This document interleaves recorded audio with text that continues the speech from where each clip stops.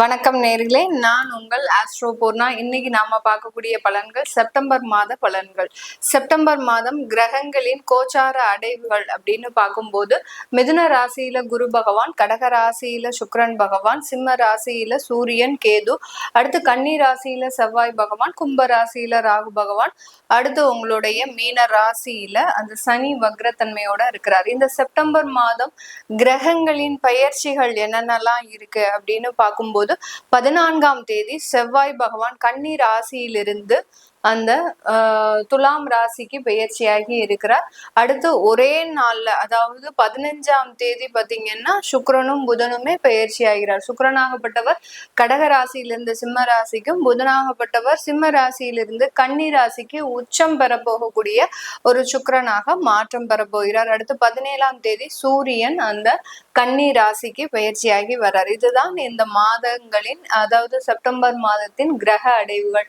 இந்த மாதத்துல ஒவ்வொரு ராசி என்பர்களுக்கும் இருக்கக்கூடிய பலாபலன்கள், அதாவது ஒவ்வொரு சில ராசி என்பர்கள் எல்லாம் பாத்தீங்கன்னா எங்களுக்கு குரு பயிற்சி ஆனதுல இருந்தே எந்த ஒரு விஷயமும் நல்லது நடக்கல, அடுத்து பாத்தீங்கன்னா சனி பயிற்சி ஆனதுல இருந்து இன்னமும் எங்களுக்கு தொந்தரவுகள் அதிகமாயிடுச்சு அப்படின்ற மாதிரியாக ஒவ்வொரு ராசி என்பர்களும் தன்னுடைய தேவைகள் நிறைவேறாமல் இருக்கிறாங்க. அந்த மாதிரியாக இருக்கக்கூடிய அன்பர்களுக்கு இந்த செப்டம்பர் மாதம் என்ன மாற்றத்தை கொடுக்க போகுது அப்படின்றத இந்த பதிவுல நம்ம தெளிவா பார்க்கலாம். இந்த சேனல்ல முதன்முறையா பாக்குறீங்க அப்படின்னா சப்ஸ்கிரைப் பண்ணிக்கோங்க. பெல் பட்டன்ல ஆல் ஆப்ஷன் சூஸ் பண்ணீங்கன்னா உங்களுக்கு என்னுடைய அடுத்தடுத்த பதிவுகள் நோட்டிபிகேஷனா வந்துட்டு இருக்கும். கன்னிராசி என்பர்கள் அப்படின்னு சொன்னாலே ரொம்ப நண்பர்கள் பட்டாளத்தோட இருக்கக்கூடியவர்கள். நண்பர்கள்னா இவர்களுக்கு உயிர். அந்த அளவிற்கு அந்த நண்பர்கள் இல்லாமல் இந்த கன்னிராசி என்பர்கள் இருக்க மாட்டாங்க. கன்னிராசி என்பர்கள் இல்லாம அந்த நண்பர்கள் கூட்டமே இருக்காது. அந்த அளவுக்கு கன்னிக்கும் நண்பருக்கும் அவ்வளோ ஒரு தொடர்பு அதிகமாக இருக்கும். அதே சமயத்துல இது காலபுருஷனுக்கு 6ஆம் இடம், ருணரோக சத்ருஸ்தானம்னு சொல்லக்கூடிய மறைவு ஸ்தானம். காலபுருஷனுக்கு மறைவு ஸ்தானத்துல இந்த கன்னிராசி அன்பர்கள் இருக்கிறதுனால எப்போதுமே சில பாதிப்புகள் அதிகமாக இருக்கும். இவர்கள் வெளிநாடு வெளியூர்ல இருந்தாங்க, பிறந்த இடத்துல இருந்து கொஞ்சம் தூரமா இருந்தாங்க அப்படின்ற கன்னிராசி அன்பர்கள் மட்டும்தான் நல்ல லைஃப்ல வின் பண்றதுக்கு உண்டான ஒரு அமைப்புன்றது இவர்களை தேடி வரக்கூடிய ஒரு நேரமாக இருக்கும். அந்த அளவுக்கு இந்த கன்னிராசி அன்பர்கள் தன்னுடைய லைஃப்ல பாத்தீங்கன்னா அதிகப்படியான போராட்டங்களை சந்திக்கக்கூடிய ஒரு நபர்கள். ருணரோக சத்ருஸ்தானம்னா எதிரிகள் யாருமே இருக்க மாட்டாங்க, இவர்கள் கூட இவர்களை எல்லாரையுமே ஒரு பரமா நம்பி சில விஷயங்களை செய்யக்கூடியவர்கள் நம்ம கன்னி ராசி என்பர்கள். அதாவது நான் சொன்ன மாதிரி அந்த இது இல்லைன்னா, அதாவது நண்பர்கள் இல்லைன்னா யாருமே இருக்க மாட்டாங்கன்னு சொன்னேன் இல்லையா, அந்த நண்பர்களையே முழுவதுமாக ஒரு எப்படி தன்னுடைய உடல் வேற உயிர் வேற அப்படின்னு இல்லாம ரெண்டுமே கலந்து இருக்கக்கூடியவர்கள் தான் இந்த கன்னி ராசி என்பர்கள். அதனால அதிகப்படியான எதிரிகளை தன்னை சுத்தியே வச்சிருப்பாங்க. அது யாருன்னே இவர்களால கண்டுபிடிக்க முடியாது. அந்த அளவிற்கு இந்த கன்னி ராசி என்பர்களுக்கு அந்த எதிரிகள் தொந்தரவும், அடுத்து கடன் தொந்தரவுகளும் அதிகமாக இவர்களுடைய வாழ்க்கையில பயணம் செய்யும்.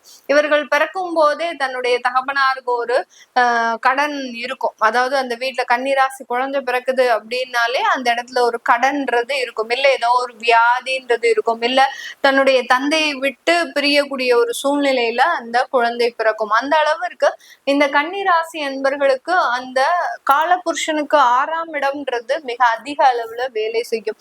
இந்த ராசியில புதன் ஆகப்பட்டவர் உச்சம் பெறுகிறார். புதன் உச்சம் பெறதுனால என்ன மாதிரியா இருப்பாங்க இவங்க அப்படின்னா, டேலண்ட் அதிகமா இருக்கும், நாலேஜ் அதிகமா இருக்கும், திறமை நிறைய இருக்கும். ஆனா அதை பெரிய அளவுக்கு பொருட்படுத்த மாட்டாங்க. அதை ரொம்ப உதாசீனப்படுத்தக்கூடியவர்கள். நம்ம தான் எப்பனாலும் செஞ்சுடுவோமே, நம்ம தான் என்னன்னாலும் இது பண்ணிடுவோமே அப்படின்னு அந்த திறமையை ஒரு பேசிக்கா வச்சுக்காம அந்த உறவுகளை பேசிக்கா வச்சிருப்பாங்க. அதனால நிறைய ஏமாற்றம் அப்படின்றது அதிகமாக இருக்கும். இந்த ராசியில சுக்கிரன் நீச்சம் அடைகிறார். அதனால இந்த ராசி அன்பர்களுக்கு அந்த பெண்கள்னால சில பாதிப்புகள் அப்படின்றது இந்த ராசி என்பர்களுக்கு இருக்கும். இந்த கன்னி ராசி என்பர்கள் யாராவது காதல் வயப்பட்டுட்டாங்கன்னா ஒரு பிரேக்காவது கண்டிப்பா இருக்கும். அந்த காதல்ல கண்டிப்பாக ஒரு பிரேக் இல்லாம இவர்களுடைய கல்யாணம் நடக்கவே நடக்காது. அந்த அளவிற்கு இந்த கன்னிராசி என்பர்கள் காதல்னால நிறைய ஏமாற்றப்படக்கூடியவர்கள் நம்ம கன்னிராசி என்பர்கள் தான். இப்படி இருக்கக்கூடிய இந்த கன்னிராசி என்பர்களுக்கு இந்த செப்டம்பர் மாதம் உங்களுடைய ராசியிலேயே புதன் பெயர்ச்சியாகி வர்றாரு, அடுத்து சூரியன் வராரு, அடுத்து பாத்தீங்கன்னா இந்த காலகட்டத்துல உங்களுக்கு செவ்வாய் உங்க ராசியிலிருந்து 2ஆம் இடத்திற்கு பெயர்ச்சியாகி போறாரு. இதனால நிறைய ஒரு மாற்றங்களை அனுபவிக்கக்கூடிய ஒரு தருணமாக தான் இந்த கன்னிராசி என்பர்களுக்கு இருக்க போகுது. இந்த கன்னி ராசியில இருக்கக்கூடிய நட்சத்திர அன்பர்கள் உத்திரம் நட்சத்திர அன்பர்கள், அஸ்தம் நட்சத்திர அன்பர்கள், சித்திரை நட்சத்திர அன்பர்கள், இந்த 3 நட்சத்திரத்தையும் உள்ளடக்கியதுதான் இந்த கன்னி ராசி. இந்த ராசியில இருக்கக்கூடியவர்களுக்கு இந்த செப்டம்பர் மாதம் வேலை வாய்ப்புகள் அதிகரிக்கக்கூடிய ஒரு நேரம். எப்பவோ போட்ட அப்ளிகேஷன் உங்களுக்கு பாத்தீங்கன்னா 6 மாதம் கழிச்சு அவங்க கால் ஃபார் இன்டர்வியூக்கு கால் ஃபார் பண்ணியிருப்பாங்க. அந்த மாதிரியாகலாம் திடீர் திருப்பங்கள்லாம் ஏற்படக்கூடிய ஒரு நேரமாக இருக்க போது நல்ல ஒரு அதிர்ஷ்டங்கள் உங்களுக்கு கிடைக்கிறதுக்கு உண்டான மறைமுகமான ஒரு பண வரவுகள் அதிகப்படியாக கிடைக்கிறதுக்கு உண்டான ஒரு நேரம்.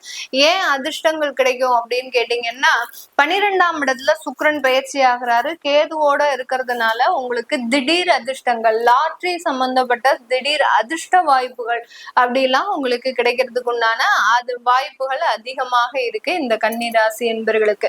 இந்த கன்னி ராசியில இருக்கக்கூடிய அந்த உத்திரம் நட்சத்திர நண்பர்களுக்கு இந்த காலகட்டம் நீங்க ஒரு இடமாற்றம் செய்யறதுக்கு உண்டான ஒரு தருணம். உங்களுடைய வீட்டை இடமாற்றம் செய்யறதுக்கோ இல்ல உங்களுடைய வேலையை இடமாற்றம் செய்யறதுக்கோ இல்ல உங்களுடைய வெளிநாட்டு வாய்ப்புகளுக்காக நீங்க அங்க டிராவல் பண்றதுக்கோ உண்டான அமைப்புகள் இந்த உத்திரம் நட்சத்திர அன்பர்களுக்கு இருக்கு. அரசாங்க உத்தியோகத்துல வேலை பார்க்கக்கூடிய இந்த உத்திரம் நட்சத்திர அன்பர்களுக்கு உங்களுக்கு உயர் அதிகாரிகளால இருக்கக்கூடிய தொந்தரவுகள் முழுமையா நீங்கிடும். அதுலயும் டீச்சிங் உத்தியோகத்துல இருக்கிறீங்க இல்ல ஒரு பொதுப்பணித்துறையில இருக்கிறீங்க, இவர்களுக்கெல்லாம் நிறைய டார்ச்சர் உங்களுடைய உயரதிகாரிகள்னால அதெல்லாமே நீங்கக்கூடிய ஒரு நேரமாக தான் இந்த உத்திரம் நட்சத்திர அன்பர்களுக்கு இருக்கும்.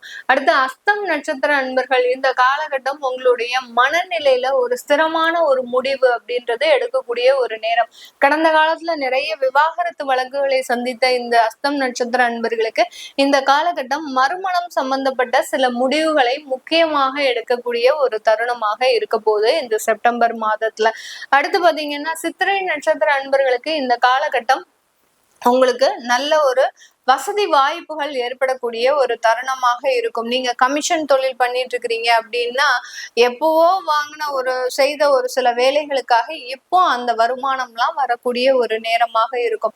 கமிஷன் தொழில் செய்யக்கூடிய இந்த சித்திரை நட்சத்திர அன்பர்கள் நிறைய ஒரு வருமான இழப்புகள்லாம் ஒரு காலகட்டத்துல சந்திச்சிருப்பீங்க. எப்பவுமே இல்லாத அளவுக்கு வருமான இழப்புகள்லாம் சந்திச்சிருப்பீங்க. இந்த செப்டம்பர் மாதம் அதற்குண்டான நிவர்த்திகள், அடுத்து பாத்தீங்கன்னா திருமணம் சம்பந்தப்பட்ட சில விஷயங்கள், இது எல்லாமே உங்களுக்கு நல்ல மாற்றத்தை கொடுக்கறதுக்கு உண்டான ஒரு நேரமாக தான் இருக்க போகுது.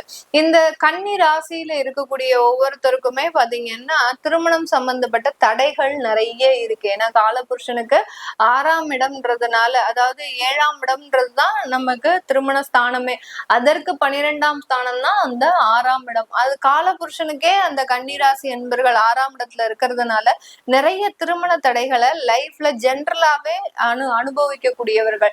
இப்படி இருக்கக்கூடிய அன்பர்களுக்கு நிறைய ஒரு விவாகம் சம்பந்தப்பட்ட திருமண தடைகள் சம்பந்தப்பட்ட சில விஷயங்கள் தடையின்றி நிகழ்வதற்கு நீங்க உங்களுடைய குலதெய்வ வழிபாடு அப்படின்றது மிக முக்கியமான ஒரு விஷயம்.